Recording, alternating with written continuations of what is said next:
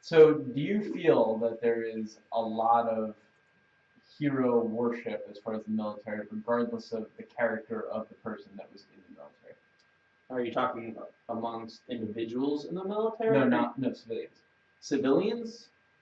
I think that depends on the area of the nation you're from. Really? Certain areas, I'd like if I was in uniform, people would like come up, shake my hand. If I was in line to buy something, they'd like, no, here you are. Wow. It's more conservative, Texas, stuff like that. Up the north, not so much. I don't really go out flaunting it. Right. It's like whatever is not part of my life. I get that. Thank you for the service, and it's what do I do with that? Like, it's awkward. It's just it doesn't feel right. Like that's funny. Thank you for your service. Oh, okay, what do you say to that? You know what I mean? So I know what you say if it was a hot chick. Oh yeah, but the thing is, people say that. I don't know if they always genuinely mean it. Yeah.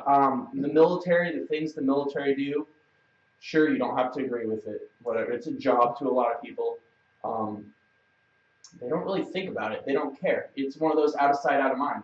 Someone else is overseas dying. I mean, I wouldn't say the past decade or so it's been for our freedoms, but generally in the past, it has been for our freedoms. Now it kind of goes to the government at this point. They're, using the military for their own ambitions and gains or whatever. Does that make us look bad? Yeah, I think it makes the military look bad. But it's also part of the mantra you have to have is being part of the military. When you go to basic, they break you down and they remold you how they want you. It's a mind fuck.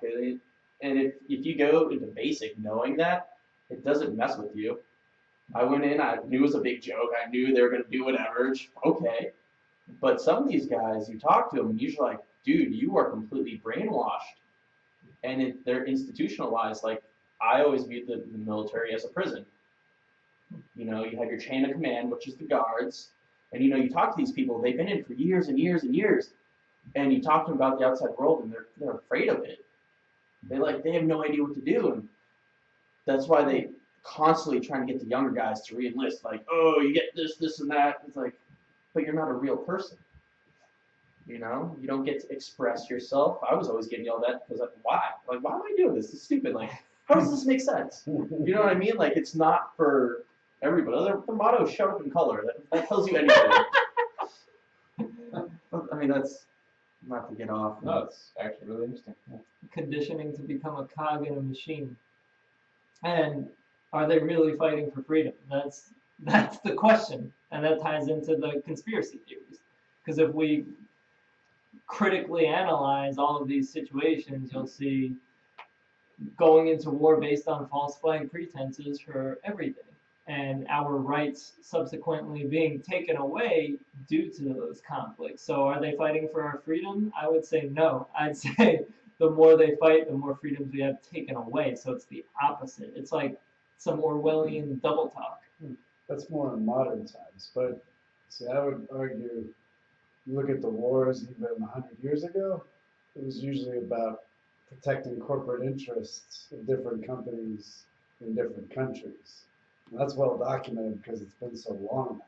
Well, even if you look back to medieval times, war has always been a way of someone in charge making ends meet. Or religion, and now I shall codify it. Yes. I don't know. I go back and forth.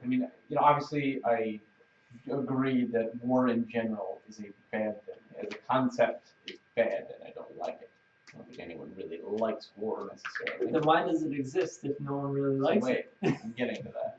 People feel that there are unresolvable differences, and it's almost like on a personal level, if two people are debating something and they feel there's no way to resolve it without fighting, right? It's an extreme example, and you should be able to resolve it in some sort of mutually we're both human way. Especially when you give someone that much power and they get drunk on the power, and it's sort of.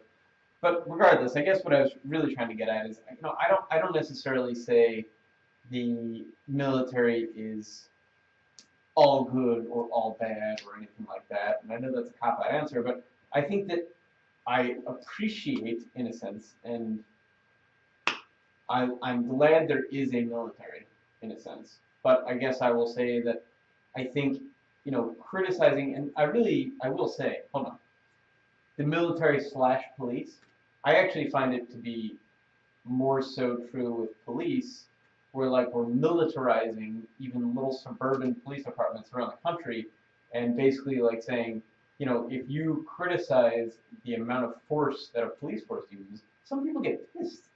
And it's like, you're getting upset about one human abusing their, like basically just completely demolishing another human or killing another human and saying, okay, well they were kind of scared, so it's okay. I mean, it's funny because we forget that it's a human and a human.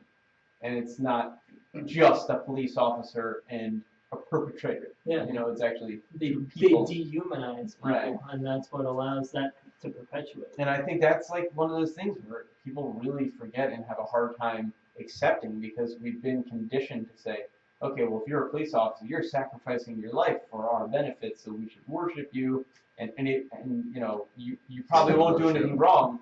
Because if you assume that police officers do things wrong, that sort of throws a whole cog in the system. It really starts to break down as far as the powers and blah, blah, blah, blah, blah. So, I don't know. Thanks, John. Non-compliance. Thanks for your service. Non-compliance. I have 2 quick points regarding that. But you just stole Yeah, it. what is I that? can't stop. I have 2 quick points. All right. What a dick. The other one with violence only happens when people see the other people as something different from them, not another aspect of themselves and not another human. So and that goes with all the labels and the conditioning in religion. It conditions you to see someone as something different than yourself. So the bigger difference, the more you're likely to cause harm to that person. But if you see everyone as an aspect of yourself and a fellow human being, you're not going to carry out those things. And the other point is that the police and the military are another symptom of the paradigm we're operating in. If our universe is abundant with energy, and because we're not harnessing that and all of that free energy technology is suppressed, we live in a scarcity paradigm. And because there's scarcity, that's when people fight over resources and things like that. So once we free the energy and get all that, there will be no need for standing armies. And once people actually go into their consciousness as opposed to their ego, no one's going to want to fight each other with that abundance paradigm. So it's a symptom of this scarcity, fear-based paradigm that we're operating in. That's my point. Yeah, I totally am. Like you're way past me. I was just gonna I went to jump the off root. what you said about That's power true. trips. I was just gonna elaborate. Like that shit happens more often than you think. Like as soon as someone gets, there's still a peon level, but as soon as they tack on an extra stripe, they not everybody, but especially the people that those kind of the military, the police, they draw more of a certain type of individual. I mean, you look at a lot of police.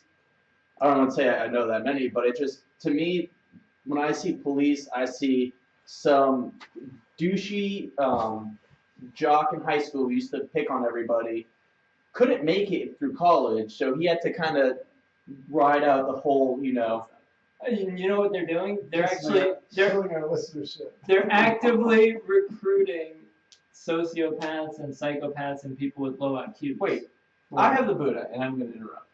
I think we're doing a lot of generalizing. No, It's not always bad. look it up. It's proven that they are actively recruiting those types of people. I was specifically thinking to say that you said a bunch of losers in high school. Probably not all of them, but I think no, they were the jocks at high school. They were No, picking but on there are a losers. lot of very, very upstanding cops that Oh, there really are. do protect and serve. And I would probably argue, I would guess, majority. I don't know. None of us know, to be fair. And then the psychopath thing, I'm not saying that's not true. I'm just not going to go there. But, and it's not because it's taboo. It's not because it's taboo. It's because I disagree and it's way too down the rabbit hole sort of thing. But I think the one thing that I was going to disagree with, or just debate, is the idea that it's because people are different, and I think sometimes, which I think is like one of the keys to the law, is that it's when you're infringing on another person's rights, and that is when you have to stop them. And I think that's should be the purpose of the law and the police, and that was their original intention. It's just that it's become like super, super bastardized, and because of that, we're in the place that we are now. But is it because of the law or the people who are, Or a combination of both. enforcing? That would be Came my first. personal. Anyways,